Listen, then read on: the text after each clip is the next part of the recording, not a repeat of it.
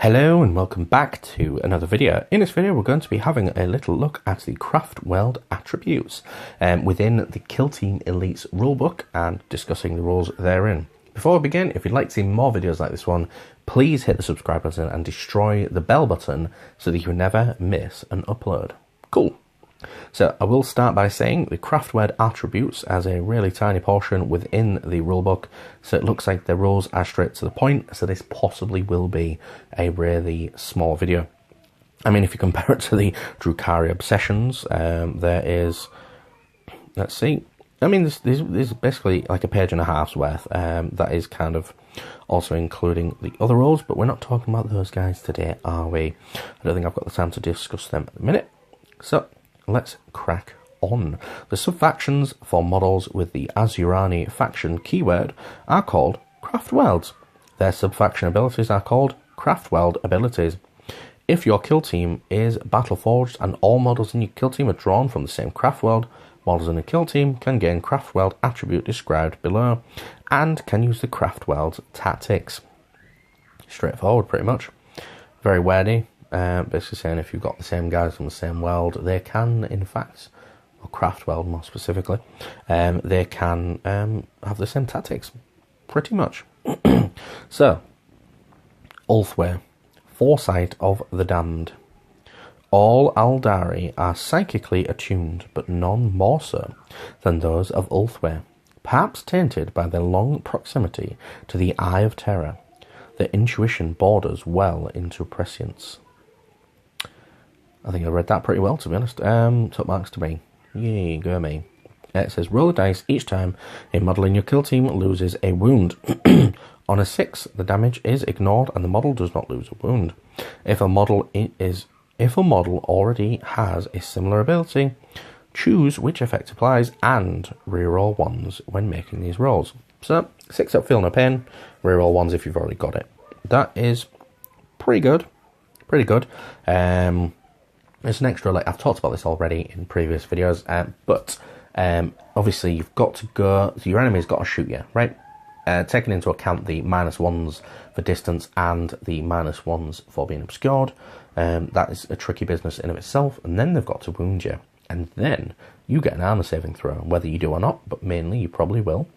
You get an armor saving throw, and then you get a 6 up again after that, so 1 in 6 chance. After all those chances of your enemy failing, you get a chance to win and make them fail again.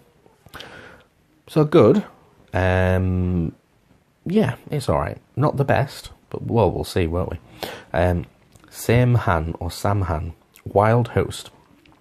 Each member of the Saim-Hann Wild Host longs to be the first into the fight, and the one to win all the glory. Nothing stands between them and their quarry. You can reroll charge rolls for models in your kill team. That's very straight up. There's no downside to it. And I think, as far as I'm aware, your Eldar guys or Asuryani people are quite fast anyway. So if you want to get into combat, you are probably more likely to do it now. So combat based, go for them. The Alaitoc. Alaitoc. We'll go with Alaitoc. I reckon if Edic Beer is watching this, he will be screaming down the comments saying that I'm pronouncing it all wrong, or maybe right, who knows. Alaitoc, fieldcraft. Through a combination of stealth, superior scouting, reports, and peerless camouflage, Alaitoc warriors are able to obscure themselves upon the battlefield. Models in your kill team are considered to be obscured to enemy models that target them if they are more than 12 inches away from those models. So again, there is better ones than that, but that one is, again, always going to be a good one, because those -1 to hits standing in the middle of the board is going to be good. I think you will now have rules around that, where you can be obscured anywhere, but overall it's a good passive rule, which is always going to be good. This one's a bit more wordy. Biel-Tan, Swordwind. Biel-Tan warhosts are famed for their indomitable spirit of their aspect warriors, as well as the prodigious storms of shuriken fire they unleash upon the foe. Add 1 to leadership characteristics of aspect warriors. in your kill team. In addition, you can reroll hit rolls of 1 for shuriken weapons used by models in your kill team. A shuriken weapon is any weapon profile that includes the word shuriken, e.g. shuriken pistol, Avenger shuriken catapult. The range profile of the Scorpion's Claw is also a shuriken weapon. Now, I don't know the Scorpion's Claw of the Avengers, Scorpion's Claw, I don't really know that one anyway, but, okay, so it's more specific than the Ultramarines or the Black Legion, in that it says add 1 to leadership of Aspect Warriors. I don't know if all of them are Aspect Warriors, I don't think so. But the reroll hit rolls of all shuriken weapons, so not every single weapon. Again, it's slightly more restrictive and more wordy. I don't know why they've done it. Is it more fluffy? Who knows? Well, yeah, actually it explicitly says Shuriken Fury, blah, blah, blah, and the Aspect Warriors, so it does explicitly say that. Wow, I'm really ploughing through this. It's like nearly 6 minutes, and we're nearly right at the end, basically. So that is, we pretty much are at the end there. Add 1 to leadership characteristic of Aspect Warriors in your kill team. Yeah, so it's very specifically worded, and I think it's mainly down to the fluff. I feel like it's specifically limiting, which I think is possibly mean. I don't know how Eldar players play in kill team. I've not played against them yet, and I probably won't.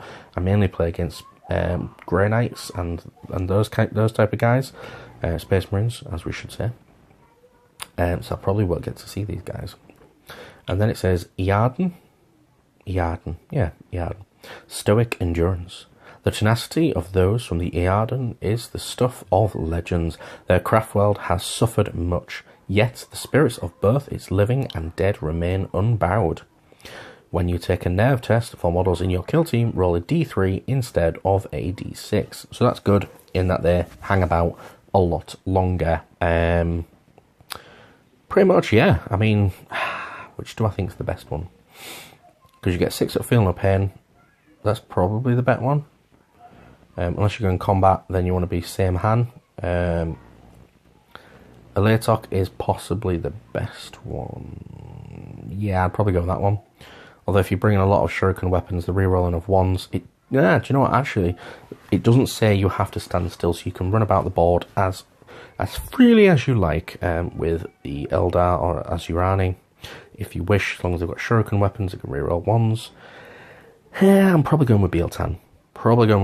Because of the rerolling of 1 to their shuriken weapons. Because I believe they've already got a good ballistic skill anyway, haven't they?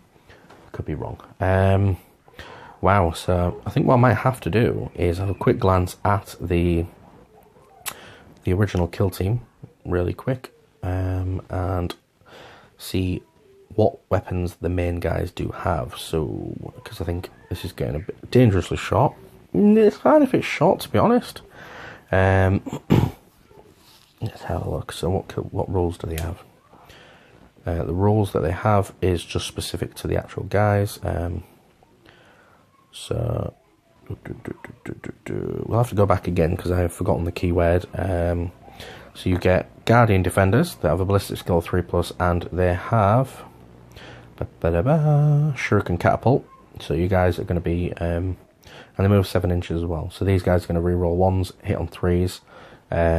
So there's no reason not to do it.